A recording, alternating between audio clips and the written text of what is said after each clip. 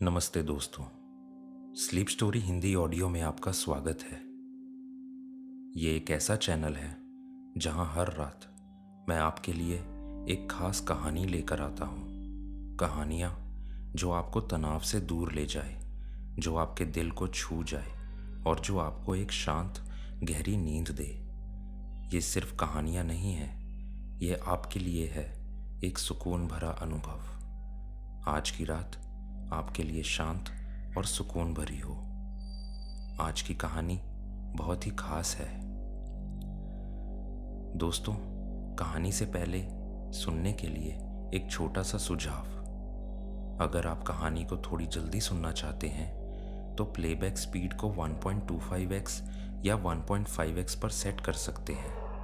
पर अगर आपको सच में नींद की चाहत है, सुकून चाहिए, मन को शांति चाहिए, तो वीडियो को नॉर्मल स्पीड पर ही चलने दीजिए। यही सबसे बेहतर तरीका है। दोस्तों, आज की कहानी है एक अनाथ लड़के की जिससे उसका सब कुछ छीन लिया गया। एक ऐसे चाचा की जिसने अपने भाई की मौत का फायदा उठाया और एक ऐसी वसीयत की जो 20 साल बाद मिली और जिसने पूरी सच्चाई बदल दी। ये कहानी है रोहित की, एक लड़का जो अनाथ हो गया, जिसे घर से निकाल दिया गया, पर जिसने हार नहीं मानी। और हाँ दोस्तों, एक और ख़ास बात, अगर आपको कोई पर्टिकुलर कहानी सुननी है या कोई ख़ास टॉपिक है जिस पर आप कहानी चाहते हैं, तो आप कमेंट सेक्शन में ज़रूर बताइएगा। हम आपकी पसंद की कहानी बनाएंगे और वीडियो में आपके नाम का खास मेंशन भी करेंगे। ये चैनल आपका है और हर कहानी आपके लिए। अगर मेरी आवाज़ आपको पसंद आए तो सब्सक्राइब ज़रूर कीजिएगा, बेल आइकन भी दबाइएगा ताकि हर नई कहानी की नोटिफिकेशन आपको सबसे पहले मिले। चलिए आज की कहानी शुरू करते हैं। साल 2003, एक छोटा सा गांव रामपुर। रोहित सिंह 8 साल का बच्चा, बड़ा सा घर, 10 बीघा जमीन, आम के पेड़, खेतों में दौड़ता, हंसता, खेलता। उसके पिताजी राजवीर सिंह गांव के सम्मानित किसान थे।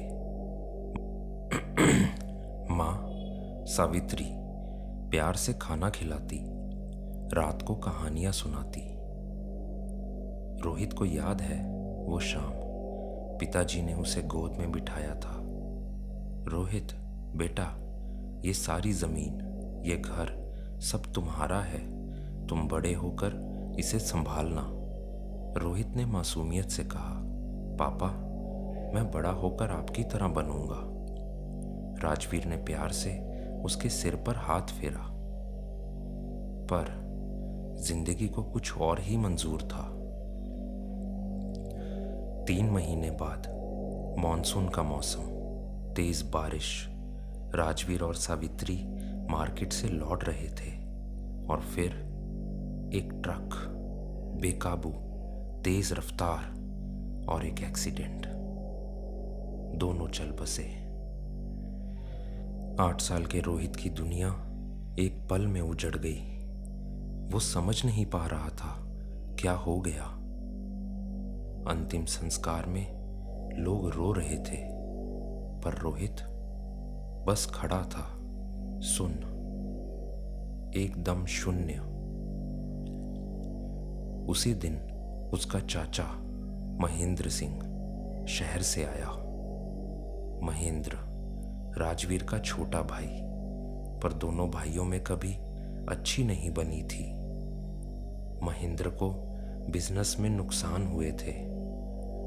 उसे सट्टा खेलने की लत थी, कर्जे में डूबा हुआ था और अब उसके सामने एक मौका था।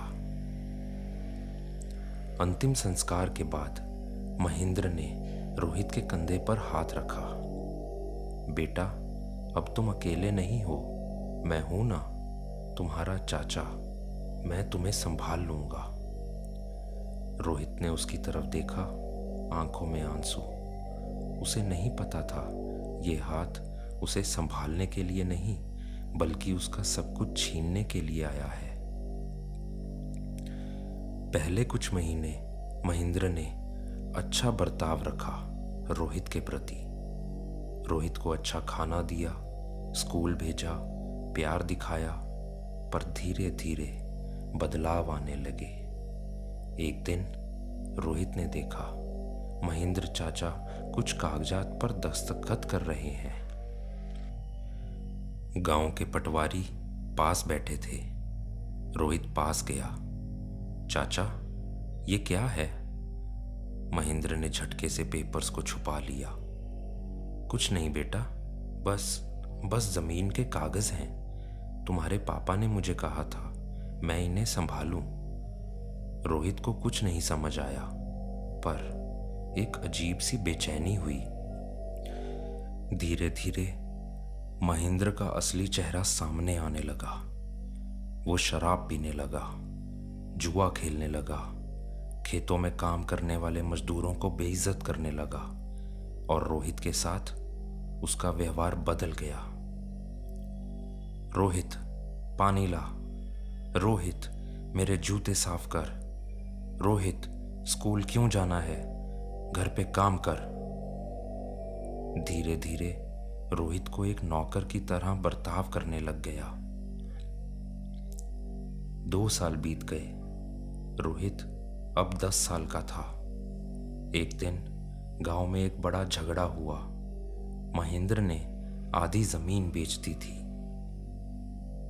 रोहित को पता चला तो वो दौड़कर गया। चाचा, आपने जमीन बेच दी? ये तो पापा की थी। महेंद्र ने उसकी तरफ घूर कर देखा, नशे में धुत। तेरी पापा की? अरे, तेरा पापा तो मर गया, अब सब मेरा है। रोहित के आंसू निकल आए। नहीं, पापा ने कहा था ये सब मेरा है। महेंद्र ने उसे धक्का दे दिया। तेरा क्या है? तू तो सिर्फ एक बोझ है। मुझे पता है तेरे पापा ने कोई विल नहीं छोड़ी, पेपर्स पर मेरा ही नाम है। रोहित जमीन पर गिर गया। पहली बार उसे समझ आया, उसका चाचा उसका दुश्मन है। अगले कुछ सालों में महेंद्र ने और जमीन बेची, बड़ा घर भी बेच दिया। एक छोटे से कमरे में रोहित को रखा, स्कूल छुड़वा दिया। रोहित अब 14 साल का था। एक रात महेंद्र ने शराब पीकर रोहित को बुलाया। रोहित, सुन, अब तू बड़ा हो गया है, यहां से चले जा। रोहित चौंक गया। कहाँ जाऊं चाचा? महेंद्र ने ठंडी आवाज में कहा। जहां मर्जी, शहर जा, कहीं भी, पर इस घर में तेरी कोई जगह नहीं।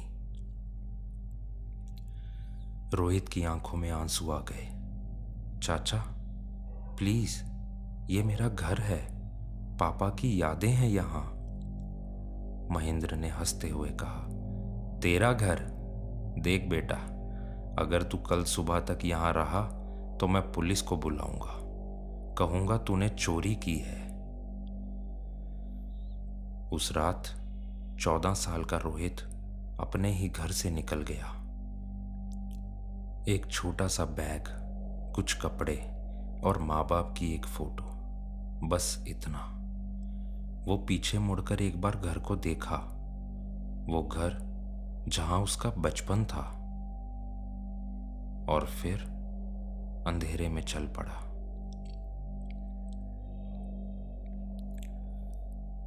रोहित शहर पहुंचा। कोई नहीं जानता था उसे, कोई नहीं पहचानता था। बस एक 14 साल का लड़का, एकदम अकेला। पहली रात रेलवे स्टेशन पर बिताई। ठंड थी, रोहित को भूख लगी थी और वो डर भी रहा था, पर उसने हार नहीं मानी थी। अगले दिन रोहित ने काम ढूंढना शुरू किया। एक छोटे से ढाबे पर मालिक ने उसे बर्तन धोने का काम दिया। दिन में 2 टाइम खाना मिलेगा और महीने के 500 रुपए। रोहित ने हाँ कर दी। महीनों बीत गए। रोहित सुबह 5 बजे उठता, बर्तन धोता, फर्श साफ करता, रात को थक कर एक कोने में सो जाता। पर हर रात सोने से पहले वो अपने माँ बाप की फोटो देखता और मन में संकल्प करता, मैं हारूंगा नहीं, मैं कुछ बनूंगा। 5 साल बाद रोहित अब 19 साल का था। ढाबा छोड़ दिया, एक कंस्ट्रक्शन साइट पर मजदूरी करने लगा। दिन भर ईंटें ढोना, सीमेंट मिलाना, धूप में बारिश में काम करना। पर रात को रोहित ने कभी पढ़ाई छोड़ी नहीं। स्ट्रीट लाइट्स के नीचे किताबें पढ़ता, खुद से, धीरे धीरे। और वक्त के साथ उसने 10वीं का कोर्स कंप्लीट कर लिया।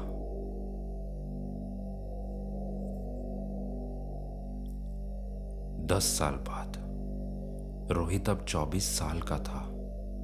उसने 12वीं पास कर ली थी, पार्ट टाइम जॉब करते हुए। और फिर एक छोटी सी नौकरी मिली, एक कंपनी में, पीएन की जॉब। सैलरी 8,000 रुपए। पर रोहित के लिए ये बहुत था। पहली बार उसके पास थोड़ी स्थिरता आई थी। पर हर रात जब वो अपने छोटे से कमरे में होता तो उसे अपना गांव याद आता, अपना घर, अपने पापा, अपनी माँ। और वो सोचता, चाचा ने मुझे सब कुछ छीन लिया, पर क्या मैं कभी वापस जा पाऊंगा? और ऐसे ही 5 साल गुजरे। रोहित अब 29 साल का था। वो अब एक छोटी सी कंपनी में अकाउंटेंट बन गया था। सैलरी 25,000। जिंदगी थोड़ी बेहतर थी, पर अभी भी उसके अंदर एक खालीपन था। कभी कभी गांव के बारे में सोचता, चाचा कैसा होगा अब, जमीन का क्या हुआ होगा, घर का क्या हुआ होगा। पर वापस जाने की हिम्मत नहीं होती। डर था कि अगर गया तो फिर से वही अपमान, वही दर्द। देखते ही देखते रोहित 34 साल का हो गया। 20 साल हो गए थे घर को छोड़े हुए। एक सामान्य दिन ऑफिस में काम कर रहा था रोहित, और एकदम से फोन बजा। Unknown number. रोहित ने उठाया। दूसरी तरफ से एक बूढ़ी आवाज आई, क्या आप रोहित सिंह हैं, राजवीर सिंह के बेटे? रोहित का दिल तेज धड़कने लगा। जी, मैं रोहित हूं, आप कौन? मैं एडवोकेट त्रिपाठी हूं। मुझे आपसे एक जरूरी बात करनी है। आप जल्दी से जल्दी मेरे ऑफिस आ सकते हैं? रोहित बहुत कंफ्यूज हुआ। जी, पर बात क्या है? एडवोकेट ने कहा, फोन पे नहीं, आपको पर्सनली मिलना होगा। ये आपके पिताजी से रिलेटेड है। रोहित के हाथ कांप गए। पापा? 20 साल बाद उनका नाम सुना। अगले दिन रोहित एडवोकेट त्रिपाठी के ऑफिस पहुंचा। एक पुराना छोटा सा ऑफिस, फाइलों से भरा हुआ। एडवोकेट त्रिपाठी 70 साल के बूढ़े आदमी, चश्मा पहना हुआ और चेहरा एकदम सीरियस। उन्होंने रोहित को बिठाया। रोहित बेटा, मैं तुम्हारे पिताजी का लॉयर था। रोहित ने हैरानी से पूछा, पापा को जानते थे? हाँ, बहुत अच्छे से। राजवीर जी बहुत ईमानदार इंसान थे। एडवोकेट ने एक पुरानी फाइल निकाली, धूल भरी, 20 साल पुरानी। ये तुम्हारे पापा की विल है। रोहित की सांसें रुक गई। विल? पापा ने विल बनाई थी? एडवोकेट ने सिर हिलाया। हाँ, उन्होंने अपनी मौत से 6 महीने पहले ये विल बनाई थी। इसमें उन्होंने स्पष्ट रूप से लिखा कि उनकी सारी प्रॉपर्टी, सारी जमीन सिर्फ तुम्हारी है। रोहित को विश्वास नहीं हो रहा था। पर चाचा ने, उन्होंने तो कहा था कि कोई विल नहीं है। एडवोकेट का चेहरा गंभीर हो गया। तुम्हारे चाचा ने झूठ बोला होगा। एक्चुअली उन्होंने इस विल को छुपाया हुआ था। मैं उस वक्त बहुत बीमार था, हॉस्पिटल में एडमिट था। जब मैं ठीक हुआ तब तक तुम्हारे पापा की डेथ हो चुकी थी।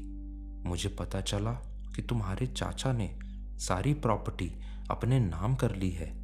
मैंने उनसे संपर्क किया पर उन्होंने मुझे इग्नोर कर दिया। मैंने तुम्हें ढूंढने की भी कोशिश की पर तुम गायब हो गए थे। 20 साल मैं तुम्हें ढूंढता रहा। रोहित की आंखों में आंसू आ गए। तो मतलब सब कुछ मेरा था? एडवोकेट ने धीरे से कहा। हाँ बेटा, सब कुछ सिर्फ तुम्हारा। रोहित रो पड़ा। 20 साल का दर्द एक साथ बाहर आ गया। एडवोकेट ने कहा, पर रोहित, ये इतना आसान नहीं होगा। तुम्हारे चाचा ने 20 साल में बहुत कुछ बदल दिया होगा। प्रॉपर्टी बेच दी होगी, जाली कागजात बना लिए होंगे। कोर्ट केस लंबा चलेगा। रोहित ने अपने आंसू पोंछे। चाहे जितना लंबा चले, पर मैं अपना हक लूंगा। 1 हफ्ते बाद रोहित 20 साल बाद अपने गांव लौटा। दिल तेज धड़क रहा था। सब कुछ बदल गया था। पुरानी रोड्स अब पक्की हो चुकी थी। नए घर बने थे। पर जब वो अपने पुराने घर के पास पहुंचा, वो घर अब नहीं था। उसकी जगह एक बड़ी बिल्डिंग खड़ी थी, महेंद्र कॉम्प्लेक्स। रोहित का दिल टूट गया। अपना घर, जहां उसका बचपन था, वो मिट गया था। रोहित ने पता लगाया, महेंद्र अब गांव के सबसे अमीर आदमियों में से एक था।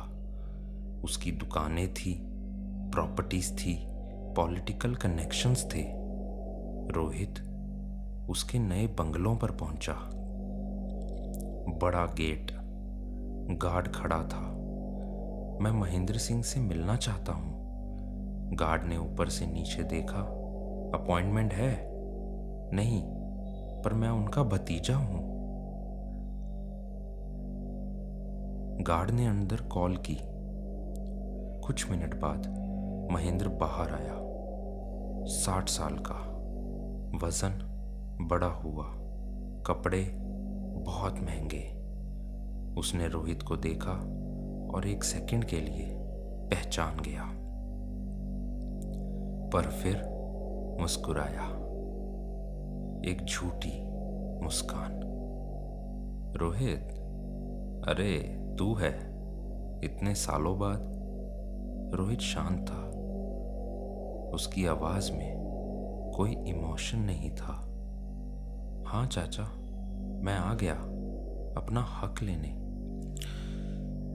महेंद्र की मुस्कान फीकी पड़ गई। हक? कैसा हक? रोहित ने विल की कॉपी निकाली। ये पापा की विल, जिसमें लिखा है कि सारी प्रॉपर्टी सिर्फ मेरी है। महेंद्र के चेहरे का रंग उड़ गया। पर वो संभल गया। ये फेक है, ये असली नहीं है, कोई विल नहीं थी। रोहित ने कहा, एडवोकेट त्रिपाठी के पास ओरिजिनल है, कोर्ट में प्रूफ है। महेंद्र थोड़ा घबराने लगा, पर फिर गुस्से से बोला, तो क्या 20 साल हो गए, अब सब मेरा है। कोर्ट में जा, देखते हैं क्या होता है। रोहित ने शांति से कहा, जरूर, कोर्ट में ही मिलेंगे। अगले कुछ हफ्ते रोहित ने केस फाइल किया। एडवोकेट त्रिपाठी पूरा केस हैंडल कर रहे थे। असली विल, रोहित के पापा के हस्ताक्षर, विटनेस स्टेटमेंट्स। कोर्ट हियरिंग्स शुरू हुई। महेंद्र ने बड़ा लॉयर रखा, पैसे फेंके, पॉलिटिकल प्रेशर डाला, पर सच के सामने झूठ टिक नहीं सकता। कोर्ट में जज ने सारे पेपर्स चेक किए। महेंद्र के लॉयर ने आर्ग्यू किया, माय लॉर्ड, 20 साल हो गए, पोजेशन बदल चुकी है। इस केस में अब कोई दम नहीं रहा, ये केस टाइम बेयर्ड है। पर एडवोकेट त्रिपाठी ने काउंटर किया, माय लॉर्ड, पोजेशन तो बदली, पर धोखे से। विल को छुपाया गया, रोहित को बचपन में धमकाकर निकाला गया। जज ने महेंद्र से पूछा, आपके पास कोई सबूत है कि विल फर्जी है? महेंद्र नर्वस था। माय लॉर्ड, वो मैं। जज ने सख्ती से कहा, जवाब दीजिए, हाँ या ना। नहीं माय लॉर्ड। जज ने विल को देखा, हस्ताक्षर मैच किए। विटनेसेस को बुलाया गया जो 20 साल पहले विल बनाते वक्त मौजूद थे। अब सब कुछ साफ था। 3 महीने हियरिंग होने के बाद जज ने अपना फैसला सुनाया। After reviewing all evidence, it is clear that late Rajveer सिंघ's will is legitimate and valid।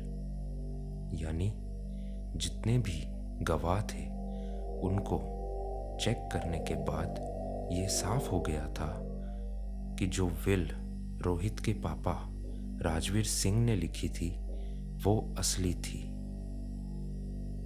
The entire property rightfully belongs to Rohit Singh.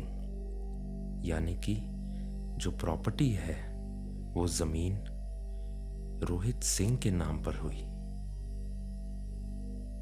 Mahendra Singh has fraudulently taken possession.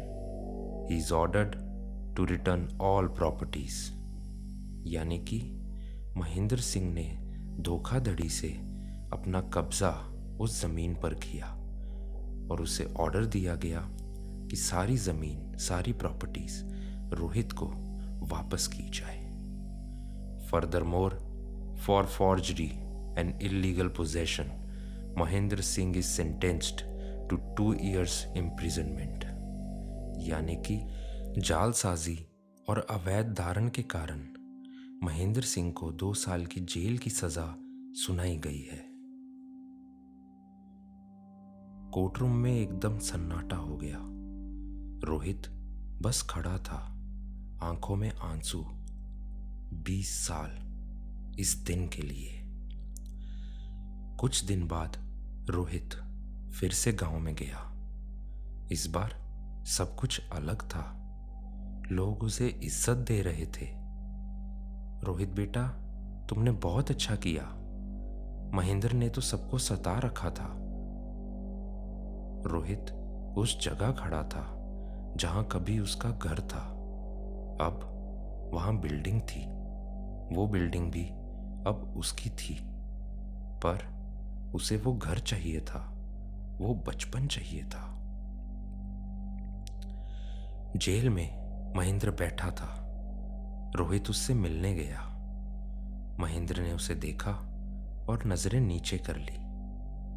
Rohit ने कहा, चाचा, आपने मुझसे सब कुछ छीना, मेरा बचपन, मेरी खुशियां, मेरा घर। महेंद्र चुप था, पर आज मैं जीत गया, लीगली, मॉरली, सब तरह से। महेंद्र की आंखों में पहली बार एक गिल्ट दिखा। रोहित, मैं बेटा सॉरी। रोहित ने लंबी सांस ली। चाचा, मैं आपसे नफरत कर सकता था, बदला ले सकता था, पर पापा ने मुझे सिखाया था अच्छा इंसान बनना, चाहे कुछ भी हो। इसलिए मैं आपको माफ करता हूं, आपके लिए नहीं, लेकिन अपने लिए, क्योंकि मैं नहीं चाहता कि नफरत मेरे अंदर रहे। महेंद्र रो पड़ा। 20 साल का लालच, ईर्ष्या, सब टूट गया। रोहित, मैंने बहुत गलती की। तुम्हारे पापा, वो कितने अच्छे थे, और मैंने उनके बेटे के साथ। रोहित ने हाथ उठाया। जो हो गया चाचा, अब मैं आगे देखना चाहता हूं। वो वहां से चला गया। पीछे महेंद्र अपने गिल्ट के साथ अकेला रह गया। अगले कुछ महीने रोहित ने गांव में काम शुरू किया। वो बिल्डिंग जो उसके पुराने घर की जगह पर थी, उसको तोड़ने का मन किया, पर नहीं। उसने डिसाइड किया उसे एक स्कूल बना देगा। पापा का घर अब बच्चों के लिए ही होगा। 6 महीने बाद Rajveer Singh memorial school opening ceremony. पूरा गांव इकट्ठा हुआ। रोहित ने रिबन काटा। अंदर 50 बच्चे नए यूनिफॉर्म्स में। रोहित को याद आया वो 8 साल का बच्चा जो इसी घर में खेलता था, और आज यहाँ और बच्चे हंसेंगे, पढ़ेंगे, बड़े होंगे। वो अंदर गया। सबसे पहली क्लास में एक छोटा सा लड़का, 8 साल का, बिल्कुल रोहित की एज जैसा। रोहित ने उसे देखा और मुस्कुराया।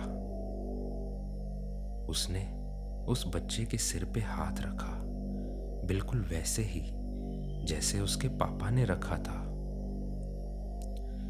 रात को रोहित स्कूल की छत पर खड़ा था। आसमान में तारे, ठंडी हवा। उसने अपनी माँ बाप की फोटो निकाली। वो फोटो जो 20 सालों से उसके साथ थी, हर संघर्ष में, हर रात में, हर अंधेरे में। उसने फोटो को देखा और धीरे से कहा, पापा, मैंने आपका सपना पूरा कर दिया। ये जमीन, ये घर, सब वापस आ गया। पर आज मुझे समझ आया, असली जीत प्रॉपर्टी वापस पाना नहीं था। असली जीत थी अपने अंदर की नफरत को हराना। असली जीत थी माफ करना।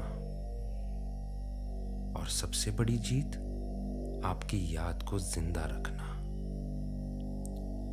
वो आसमान की तरफ देखा। एक टूटता हुआ तारा निकला। रोहित ने आंखें बंद की और पहली बार 20 सालों में उसको सुकून मिला। 5 साल बाद राजवीर सिंह मेमोरियल स्कूल अब गांव का सबसे अच्छा स्कूल था। 200 बच्चे, 10 टीचर्स, फ्री एजुकेशन गरीब बच्चों के लिए। रोहित अब शादी कर चुका था। उसकी एक 3 साल की बेटी थी, नाम सावित्री, अपनी दीदी के नाम पर। एक दिन रोहित सावित्री को गोद में लेकर स्कूल के सामने खड़ा था। वो छोटी बच्ची आंखों में चमक लिए। रोहित ने उसके सर पर हाथ रखा और धीरे से कहा, बेटा, ये स्कूल तुम्हारे दादाजी ने बनाया था। असल में उन्होंने सिखाया कि असली दौलत, प्रॉपर्टी, जमीन, जायदाद ये सब नहीं है, अच्छे काम होते हैं। सावित्री ने भी मासूमियत से पूछा, पापा, मैं भी बड़े होकर स्कूल बनाऊंगी? रोहित मुस्कुराया, हाँ बेटा, तुम जो चाहो बन सकती हो। और उस मोमेंट में रोहित को महसूस हुआ कि जिंदगी एक पूरा सर्कल बन गया था। जहां से टूटा था वहीं फिर से जुड़ गया था, पर इस बार ज्यादा मजबूत, ज्यादा सुंदर। उस रात रोहित ने अपनी डायरी में लिखा, पापा, आज 25 साल बाद मुझे लगता है मैं आपको समझ पाया। आपने मुझे जमीन दी, अच्छे संस्कार दिए। आपने मुझे प्रॉपर्टी नहीं, सच्चाई के लिए लड़ना सिखाया था। मैं तो हार गया था, टूट गया था, पर मैं झुका नहीं। और आज जब मैं उस स्कूल को देखता हूं, जब मैं उन बच्चों को हंसते हुए देखता हूं, तो मुझे लगता है आप मेरे साथ हैं। शुक्रिया पापा, हर चीज के लिए। आपका बेटा रोहित।